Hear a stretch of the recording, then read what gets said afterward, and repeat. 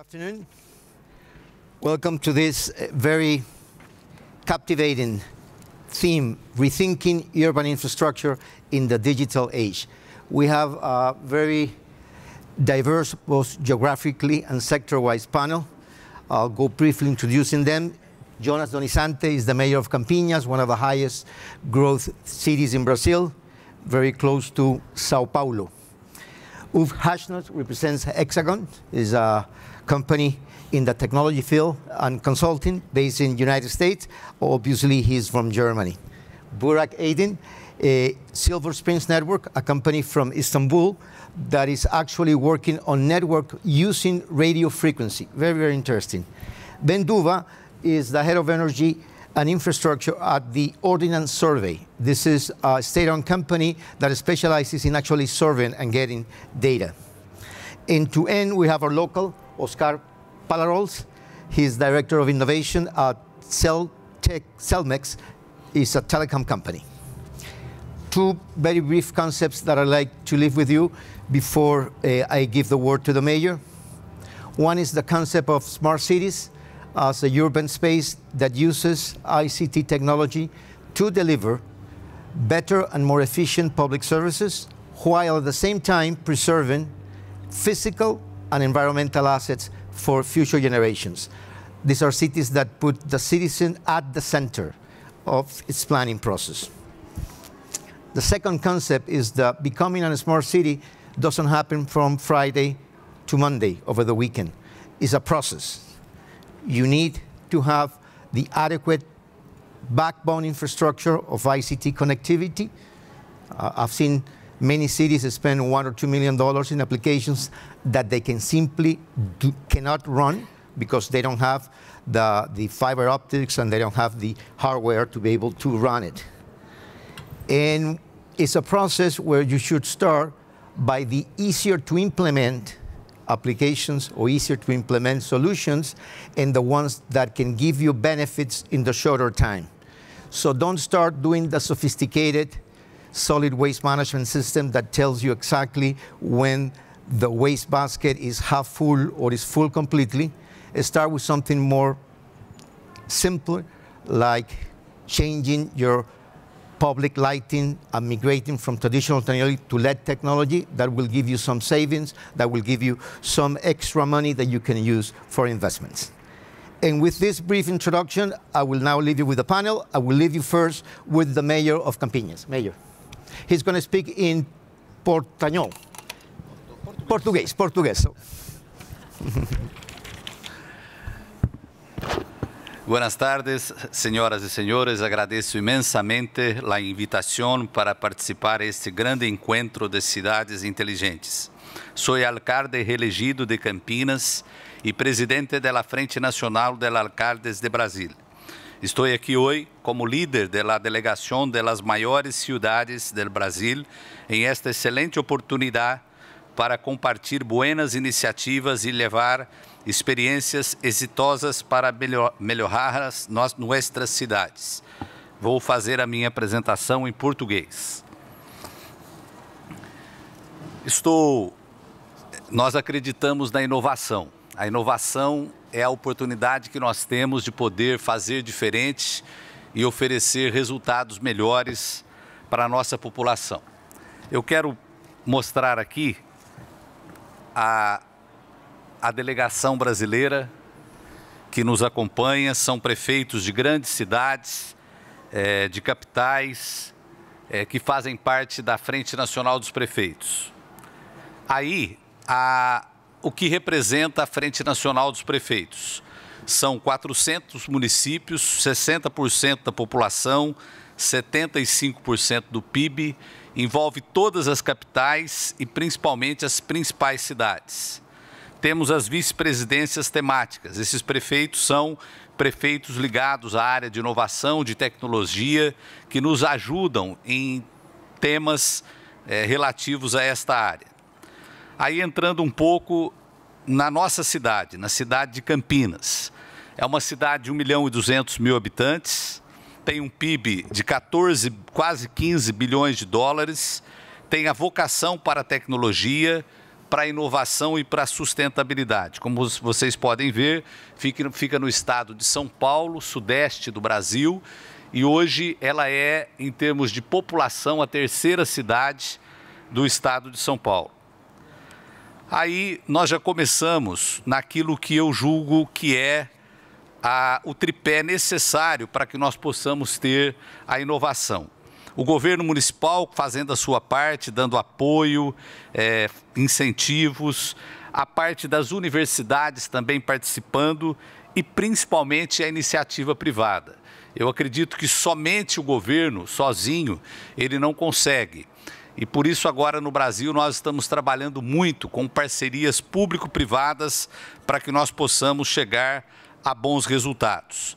E aí alguns resultados nessa área de gestão.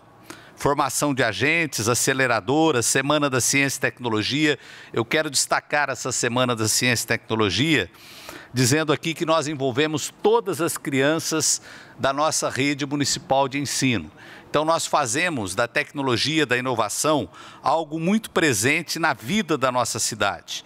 Aí também segue alguns aplicativos que eu vou mencionar um pouco mais detalhado logo mais adiante. Nós estamos também com o programa de território inteligente. Primeiro eixo, a desburocratização, facilitando a vida do cidadão. Um segundo eixo, um eixo de energia e mobilidade, dando preferência para a energia limpa e facilitando também. Campinas hoje cedia a sede da BYD, uma empresa chinesa fabricante de ônibus e carros elétricos que está sediada em Campinas. E o terceiro eixo da segurança, que hoje é um assunto muito pulsante. A violência urbana é uma preocupação de praticamente todos os prefeitos, principalmente das grandes cidades brasileiras. Aqui eu quero deixar para esse nosso encontro alguns exemplos da cidade de Campinas.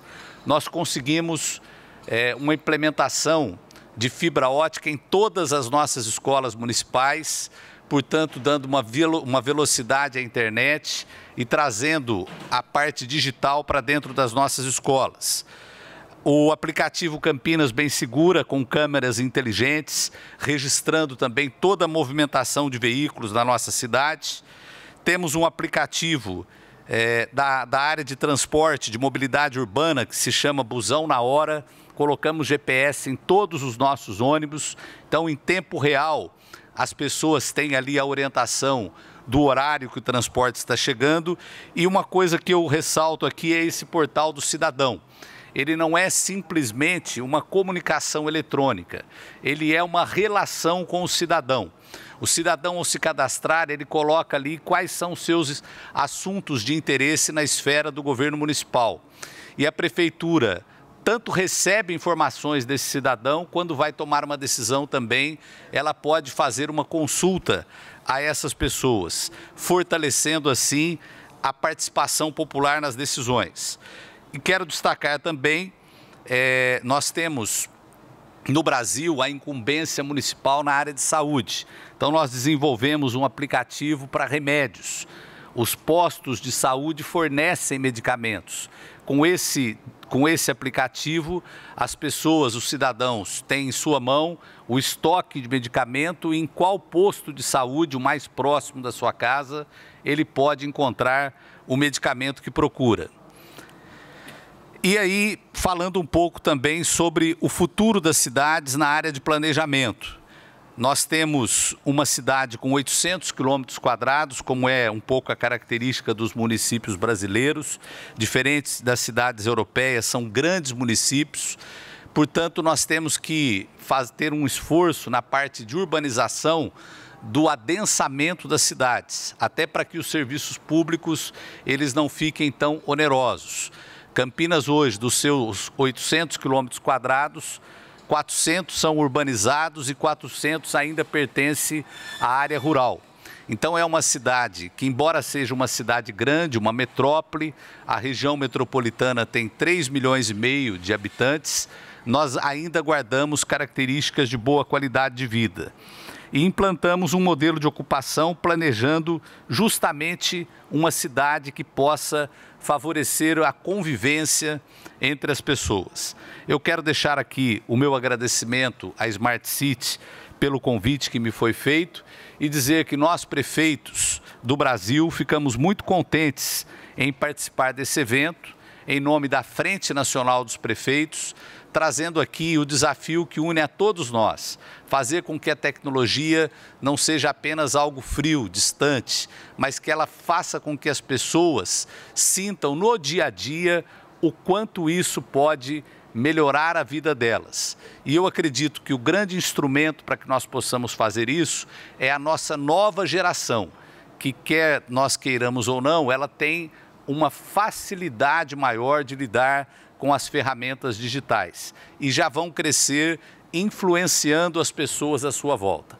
Muito obrigado a todos pelo convite feito à Frente Nacional dos Prefeitos. Depois estarei aqui à disposição das perguntas que nos forem dirigidas. Muito grato. Muito obrigado, prefeito. Very disciplined in terms of time. I forgot to mention something in my initial remarks, and it's as in other years, to question, there is an application that you can download, which is called Ask and Vote. And then later on, they will send me the questions that you, as a public, are making, and I will direct them to each one of the speakers. Ooh.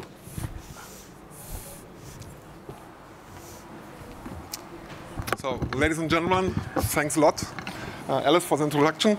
I'm going to talk a bit about rethinking urban infrastructure in the digital age. I'm from Hexagon. We are a technology provider, and I'm going to share some insights of what we are doing, what we are planning, what you can actually use. And when thinking about smart cities, I think it's a pretty nice start to think about, okay, what is the difference between a regular city and a smart city?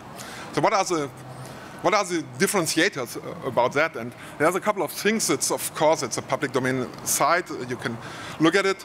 And there are a couple of highlights we want to mention there. One is engaging the citizens and the society. If you don't take the society with you, you're never getting smart. Of course, apply collaborative technologies for the leaderships, give them a chance to make a good decision. Work across the disciplines, so break up these silos, where the people are thinking and working in isolated fields, not talking to each other. And last but not least, and that's what we love to do because we are a technology company, work with user data, work with infrastructures, and work with modern technology. So what does it mean in reality? Well, we truly believe that a smart city, a safe city, is a kind of universe. It's a universe of different disciplines like transportation, like public safety, like healthcare, like governmental services, and of course, it's something which belongs to sensors and data. Now, the real point behind sensor and data is you need to provide a context, and that's what we call the digital city. So we need to really digitize our city to provide the right context, to put in the sensors, to put in the data, and to draw the right conclusion out of the things you're going to see. So digital first, that's simply the fact, because otherwise we have no chance to do meaningful technology around it.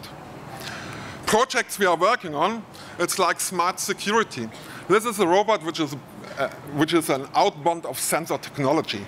You can put him everywhere you don't like to go there. My favorite example is always, if I have a refrigerator house with cool stuff, well, like minus 18 degrees, I'm not willing to make a petrol inside. So I'm putting him and have a look at if everything is okay. But same as with smart energy. We have smart metering. So we know, we do predictions about the energy consumption. We start to planning to make it optimal, that we're going to reduce the large power plants, energy supply. We do need the connected citizens. We do have intelligent transportation. Everybody is talking about autonomous driving. But what does autonomous driving in reality mean? We have hundreds of sensors working together, and we need to connect these different cars, because otherwise we do not gain a benefit out of autonomous driving. As long as we cannot connect them, the benefit is not really worth to mention. And of course, smart healthcare, where all the sensors takes place. Now, talking about sensors, it's, everybody has a smartphone. You have to state your question. But what is a smartphone in reality? It's a unit of sensors with a display and a computing power, and some people still using it to talk to others. That's not designed for that anymore.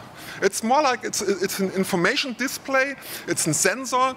People are trying to catch the data, your location, your elevation, whatever you part of sensor is doing, and then try to bring it together. The real part, and that's really a crucial part in that story, we cannot simply pipe the send for information in a network and expect that we can do something meaningful out of it. Because piping each, my smartphone has something like 10 sensors. If every sensor is piping his information in the network, the cellular network is gone. So we need to do some pre-processing. That's what we call convergency platform. We need to do some pre-processing on sensor side to minimize traffic and to maximize content of what we're going to deliver to the end unit. Otherwise, we are stuck with latency, with bandwidth, and whatever. So a lot of technical obstacles, but with a smart way, you can really overcome these things. And as I said, we need to apply IT trends. Now, everybody knows about big data, sure. And big data, you cannot go to a conference like this talking about technology without mentioning big data. I mean, that's a commodity technology. But what we also think about and need to think about is data fusion. Combining data to generate sense and a meaning out of it. What we called deriving actionable intelligence on it. We must get the insights. And last but not least, and from my personal point of view, the most important technology, IT technology for a smart city, it's IoT, Internet of Things, because there everything makes sense. And the most important element with IoT is it's not the solution. I'm sorry to say that, but IoT is a platform. It gives you a platform to generate a solution, but it is not the solution. And as Ellis already said, you need to foresee the change. You need to foresee the upcoming new technologies. You do plan in constant improvements. And if you don't do these things by reshaping how we are thinking about that solution, we never be able to accomplish that, and we never be able to make it smart. A smart and short look behind the scene. Basically, and that's what we're currently doing, we take all different kinds of sensors, from static sensors to real-time sensors. We need to fuse them, we need to process them in a cloud-based, in a rule-based environment. We need to put the classical context and operational data on site, how to operate an electrical network, and then we need to present the result of this computation in a way a mayor can act on it. That he knows what he wants to decide. He has a vision for a city, and we should give him the tools that he understands what to do for the future. And that's what this stuff is all about. Some two short ideas about that. This is an insight on incident management. So basically what we see here is an BI dashboards where we have collected all the different incidents, reaction times. So we make predictions about how we believe that the crime is evolving, what we can do in terms of counter activities. So these are these kind of management tools people need to have in order to get the insights. Another one, which is together with a governmental agency, a non-for-profit agency here in Barcelona, is the question of how lovely and livability is in a certain quarter. That means, what are the key components? They have a framework with 41 components for measuring about the livability of a city. So the air quality, the noise. And so the mayor and the city managers can select something and understand why a certain part is a livable one and why it's not really likely to live there because of certain conditions like too much noise. To sum up the connectivity part, and that's really the key for us. We need to bring these things together. We need to relate these things together. That means we need to create that what we call situational awareness. We need to understand how our city is operating in order to make it good. And this is how Hackathon is seeing this world. We do have the different domains, public safety, we do have transportation, we have the digital city, we have a safe city, because we truly believe you never ever feel a smart city if it's not safe for you. And then we have these interconnecting things which brings the city to the final smart part. End of the story. And Look at this, 8 seconds. Never believe it. Thanks a lot. Thank you. Very disciplined as well. And now we're going to hear from Burak.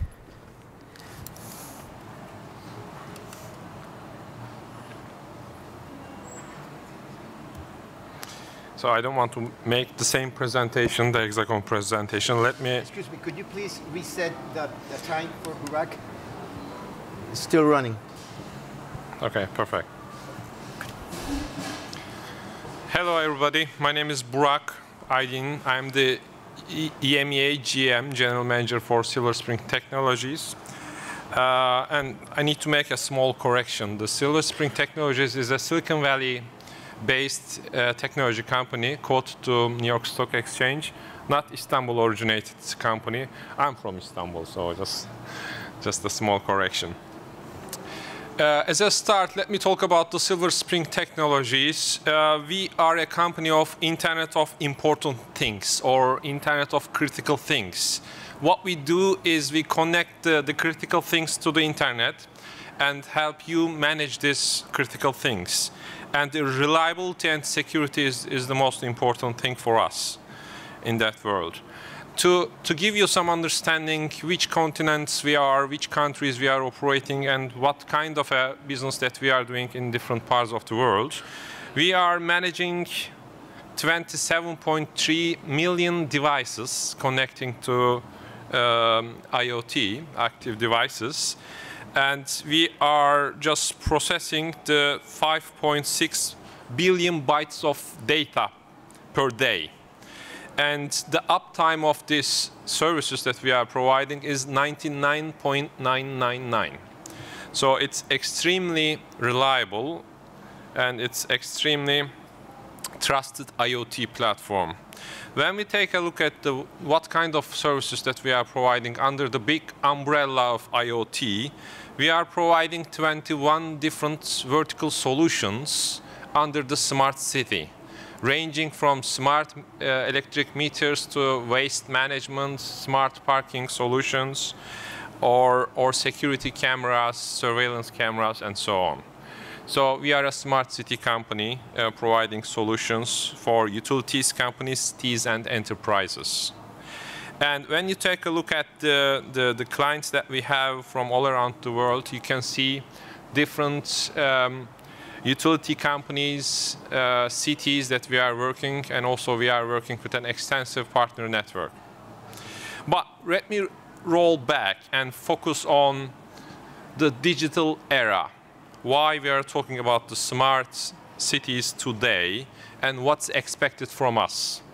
When you take a look at the technology waves, you can see the first wave started with 1990s, but we only changed the internet page and come up using with the enterprise softwares.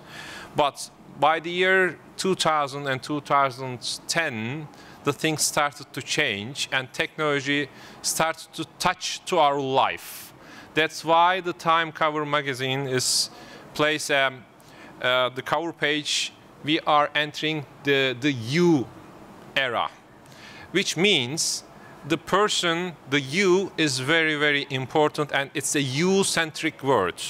This is the rise of the end user. This is the rise of the citizen. This is the rise of a consumer era.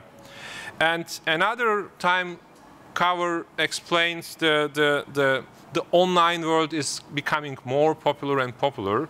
This is becoming real popular by 2010, and the 2010 the mobile applications came into our life, and we are using extensively.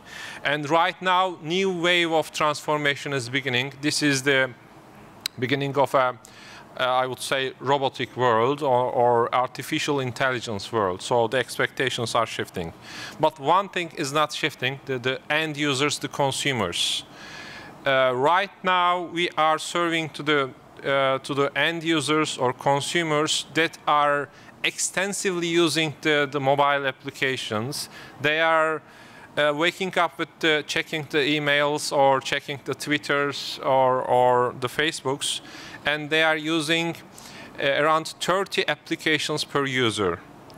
And we are installing more than 100 applications in our smartphones. And our attention span is shrinking from 12 minutes to 8 minutes. And when we take a look at a web page, if eye doesn't catch something in 3 seconds, we skip it. So this is the digital era. This is our customers, and we are all serving to them. So we need to shift our mindset. And with the new wave of digital era, new technologies are coming to the picture, like the vertical farming, like wearable technologies, or the sensors that are implanted everywhere in the cities. According to Cisco, there are going to be 50 billion smart devices by 2020, and 200 billion sensors in our life by 2020. And the cities will be hosting the majority of the sensors by providing every information that's required to make the citizens happy in the city. And one thing is also coming: autonomous cars are coming to the picture.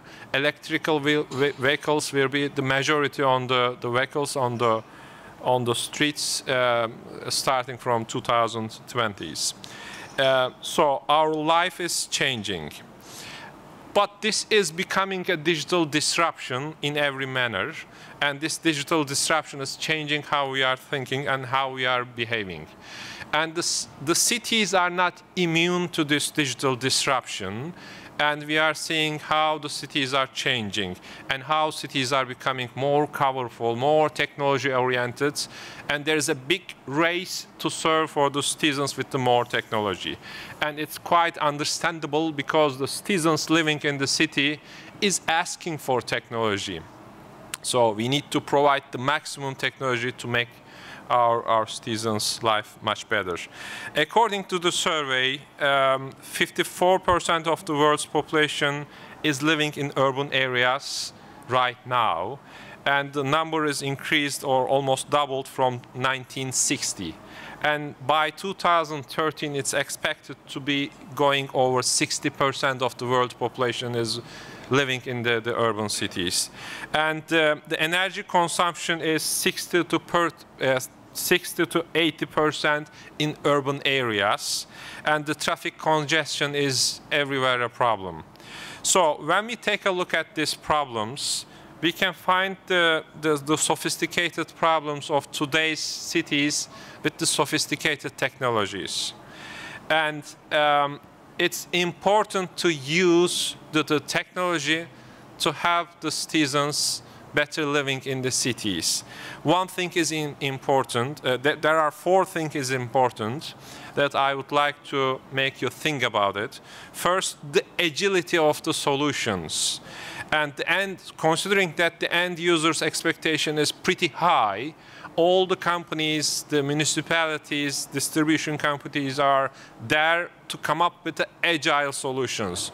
No one has a mercy to wait for a couple of hours to get a service from the municipality. And the reliability should be very high. 99.9 reliability is required by our customers. That's why we are providing to them. And the flexibility of the solutions is critical because we need to come up with the solutions as fast as we can and as flexible as we can. And the ownership of the solutions is critical. We need to find reliable and trusted partners all of the time. Thanks for listening to me. Thank you, Burak. Very disciplined as well. And now we have Ben. Excuse me. On the time setting, I think somebody has changed the time setting and it's reduced in 2s. It's better put it in 1. I think it's better for the speaker. Please. Okay. Thank you, Ellis. Okay, good afternoon, ladies and gentlemen. My name is Ben Nduva. I'm Head of Energy and Infrastructure at Ordnance Survey. I'd like to thank the committee for inviting us to tell you a little bit about a project that we delivered this year. And the project was based in a small south coast town called Bournemouth. And the study was into what data, what content and software do you need to roll out a 5G network. So First of all, I'm just going to tell you a little bit about the organization that I work for to give you some context. And then onto the project itself. And then finally, what I want to finish on is a bit about what does a 5G network mean for residents and businesses of the small town on the south coast called Bournemouth. So Ordnance Survey are a government company, around 1,000 people, 300 surveyors, fleet of aircraft, and our role is to create the geographic mapping database of Great Britain.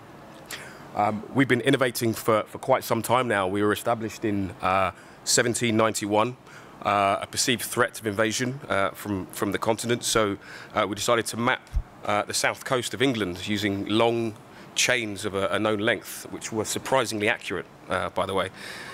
In 1971, we were the first national mapping agency to fully digitize all of our map holding. In 2007, we created and deployed, continue to manage our own geospatial network to enable to correct the GPS position of our surveyors' features that they're capturing to within only a couple of centimeters. And in 2015, we also launched our Geovation Hub, which is like our incubator for SMEs looking to deliver new solutions into the marketplace. But what does that data actually look like? So here's an example, and in simple terms, a map is a way of showing what can be found at a location, and then these different layers of mapping are then combined with other types of data that are spatially enabled, in order to get a better understanding of what's happening at that location. For example, flood zones or population data or network assets, for example. So this data stack that we create takes anything up to 200,000 changes every day. And that data that's published then turns into quite a powerful tool. So there are lots of different types of use cases. So more or less, most human activity is based upon knowing where things are and then how do they relate to other things. So geospatial data supports businesses, government, and community activity in a wide range of ways, from designing and maintaining and repairing utility assets through to emergency response, being able to direct people to the right place in response, but also identifying where to invest in the building of schools and hospitals. And of course, the optimization of online deliveries is important to all of us, as well as bin connections and even facilitating the purchase of our new house. So, as I said, maps are a collection of data that allow us to describe a location, but not all maps are created equally. There is a difference. So the OS data that we create is published in such a way so as to allow machines to be able to interpret that information. So onto the project itself. So what we did is we coordinated UK government and we undertook a study to understand the data that's required for a 5G rollout. 3 objectives: reduce cost, maximize coverage, and maximize capacity. We didn't do it on our own, so we worked with the 5G Innovation Centre at University of Surrey, the Meteorological Office of Great Britain, and also Bournemouth Borough Council. So the first place we went to was data. Lots of data. I'm not going to start from the top. That's a mission. We don't have enough time. So a more helpful slide, perhaps. What we did is we deployed a range of vehicle, aerial and ground surveying in order to create a point cloud. We then meshed all of those points together in order to be able to describe features such as buildings, lampposts, and trees. The 5G Innovation Centre undertook a range of different studies to understand how certain frequencies were impacted by features. Then they created a propagation model. But then we found out that actually some of the tools that are on the market to be able to manipulate and manage that data didn't quite work. So we built our own tool in order to allow network planners to be able to create coverage predictions on the fly. One of the major issues we found was around data quality.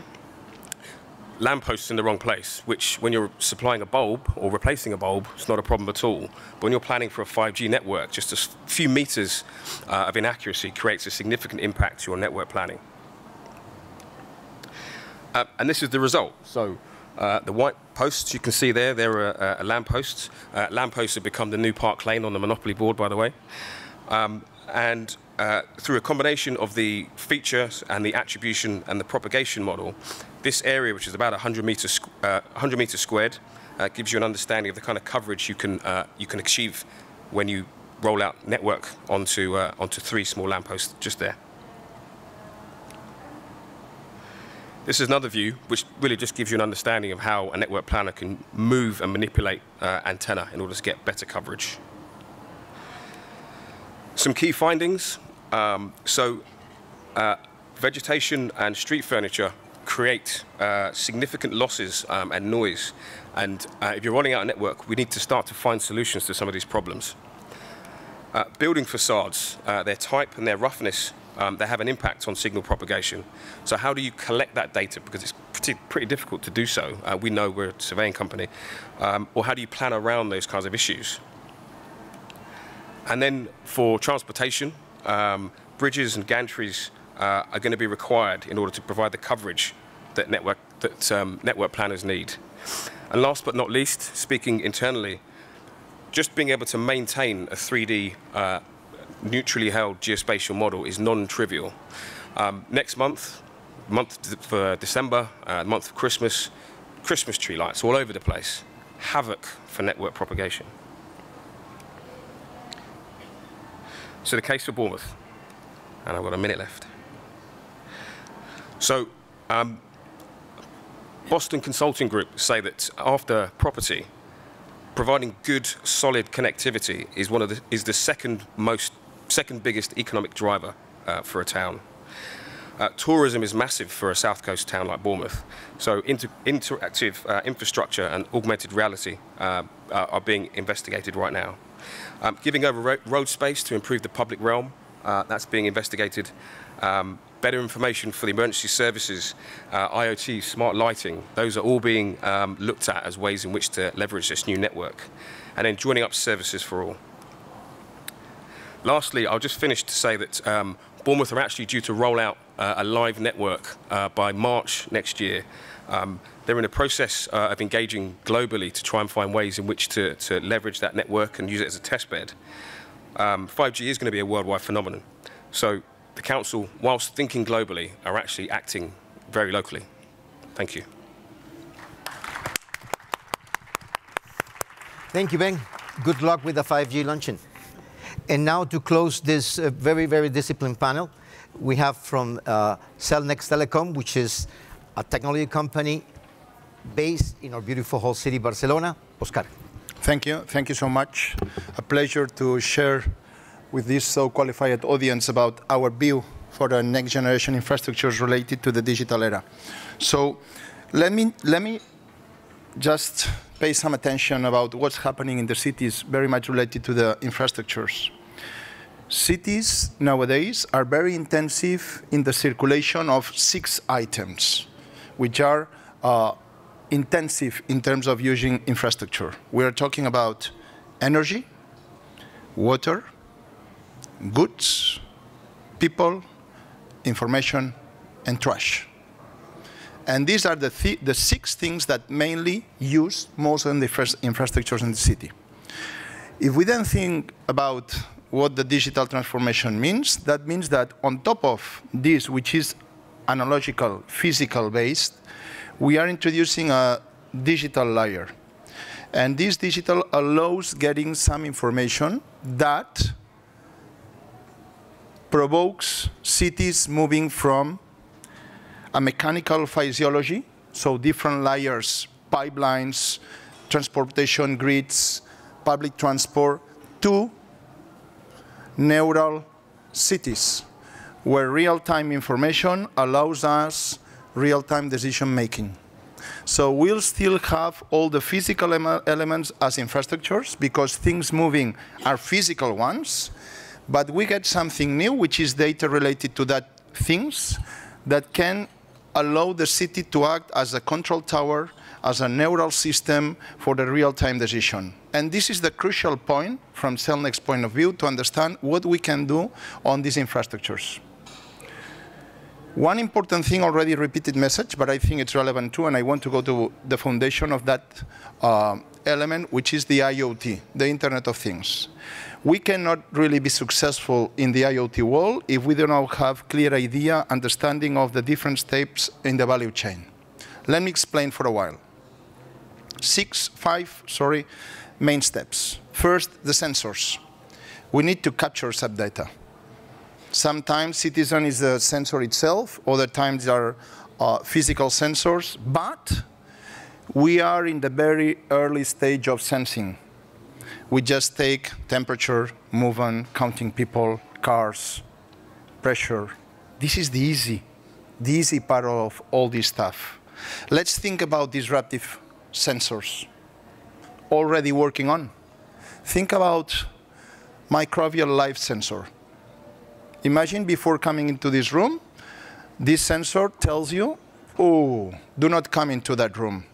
There's a flu virus on flying somewhere. If you get in, you will be bad in 3 days. Please reschedule your agenda. That's going to be really disruptive. When new generation of sensors, now we are in the very, very early stage. And this information captured from a sensor needs to be sent to a kind of data collection hub through some connectivity solutions, and I'll go through later. So sensor capturing data, connectivity to transport that data, somewhere to collect that data, which is just data, information, knowledge to do something. And that knowledge to do something, which is the brain step, it is about the business logics. What the hell I'm going to do with that data? 23. What is 23? Degrees, dBs, noise, people walking around my home, thefts in my home coming in. What exactly is? IoT means, at the end, a call to action. Whatever I get, I need to apply some business logics on top of, and it's a call to action to the last phase. In this case, a kind of process map, city action, and doing something, because all this is value-oriented. In the fourth step, as you can see, there are two levels. The brain one, which is the logics, and a second one. If I get critical mass enough, if I have information enough, maybe I can predict something. If I can predict something, probably value will increase. But this is the concept. And most of the deployments, when thinking about infrastructure, should be considering that value chain. What extra information can I get from infrastructure which is relevant, real-time informing something? I can interact, because this is a call to action, to the end user. End user means citizen or not, maybe other city employees, companies providing specific public services, whatever. As I mentioned, connectivity is relevant, and 5G will transform the way connectivity happens.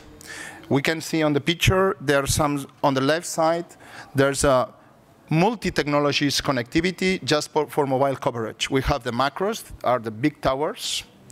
We have the small cells, as already seen by Ben and its presentation. We have the Wi-Fi. We need to take all this data, and all this data, it's been moved on the 5G to somewhere nearby the consumption point, because data processing will happen nearby the consumption point. That means that we will start installing in the infrastructure in the city cabinets to process data.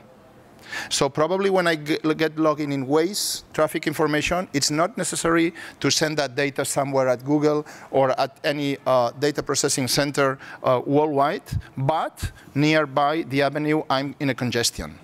And this is what really impacts on the way how to deploy these infrastructures. These are real cases from Cellnex. 3 cases, 3 pictures.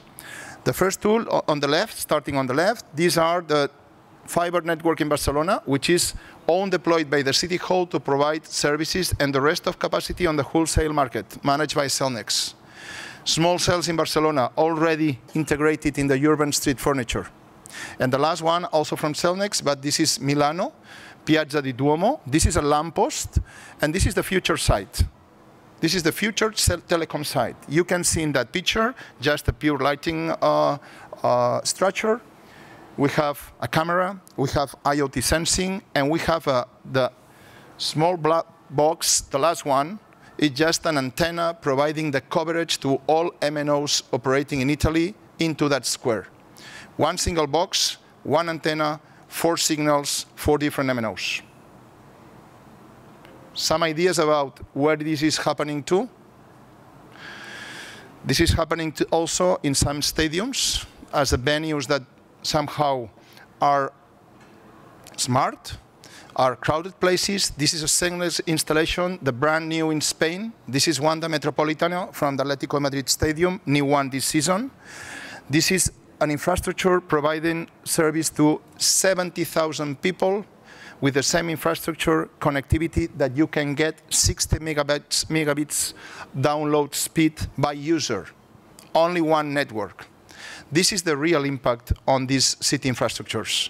Not anymore different 4G networks overlap and a lot of inefficiency and a lot of cost. And what about public safety? As you know, in Barcelona, we had a tragedy this last August, a terrorism attack. And at that situation, which is really mission critical, it's the time that you really rely on something which is 100% available for those emergency corps.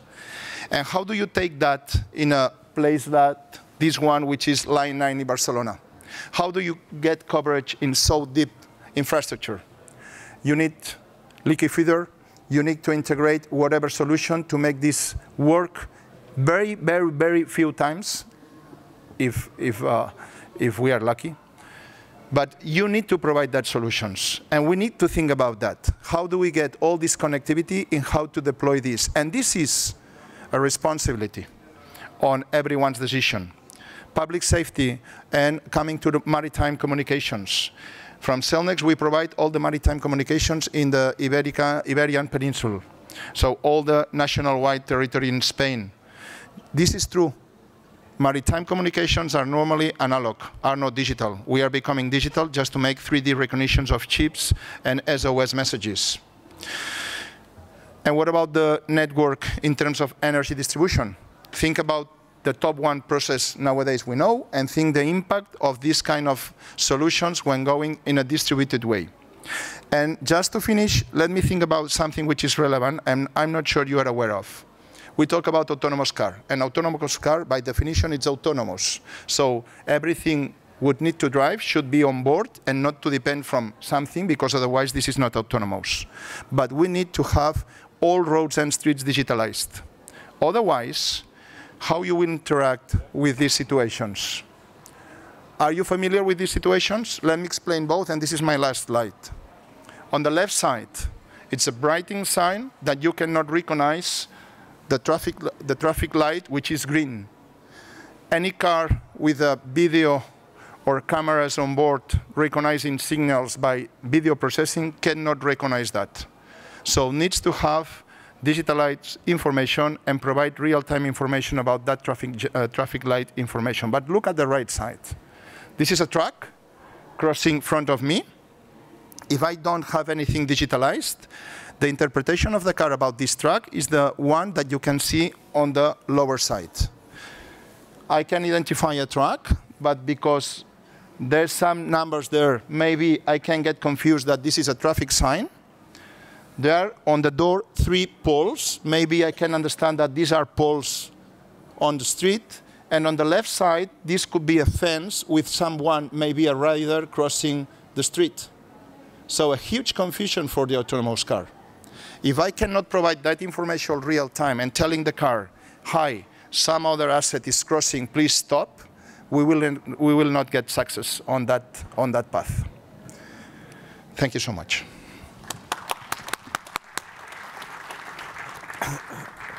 Okay, we managed to have 2 minutes, 27 seconds for one question. We have 3 private companies from the Internet of Things arena, Hexagon, Silver Springs Network, and Cellnex. We have 1 state-owned corporation on data mapping, and we have a mayor of a very attractive city in Brazil, Campinas. So should I pick one question? All right. Okay, I think the best one is easier and best to. What will be the impact of 5G infrastructure in cities? Anyone on the panel can take it. Again, what will be the impact? I mean, already, Oscar is already using his host city status. I think. Yeah. Okay. Sorry. 5G will be mainly overlapping 4 elements. One, it's going to be radio, much more spectrum, and that's going to be higher frequencies. So higher frequencies, lower range. That means small cells, because the traditional tower doesn't work on that frequency. So first thing, much more small cells nearby the consumption point for seamless experience indoor, outdoor. First. Second, fiber. If we get so much traffic with new handsets, new solutions, and so on, we need to take that traffic to the end, to the core of the network, and back to the app or to the smartphone. This will only happen if we have fiber enough where these small cells are connected. So a lot of capillarity in terms of fiber arriving to street furniture. Third, virtualization.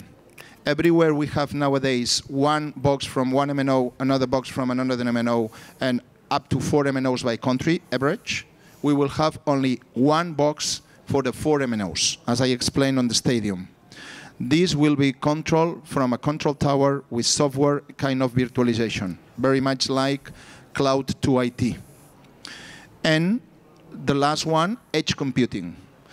At the time that we want very short latencies, lower than 1 millisecond, there's no time enough for a data to go to the core of the network and be back once processed. Imagine a virtual reality application and so on. So it needs to be nearby. And that nearby means lower than 10 to 15 kilometers.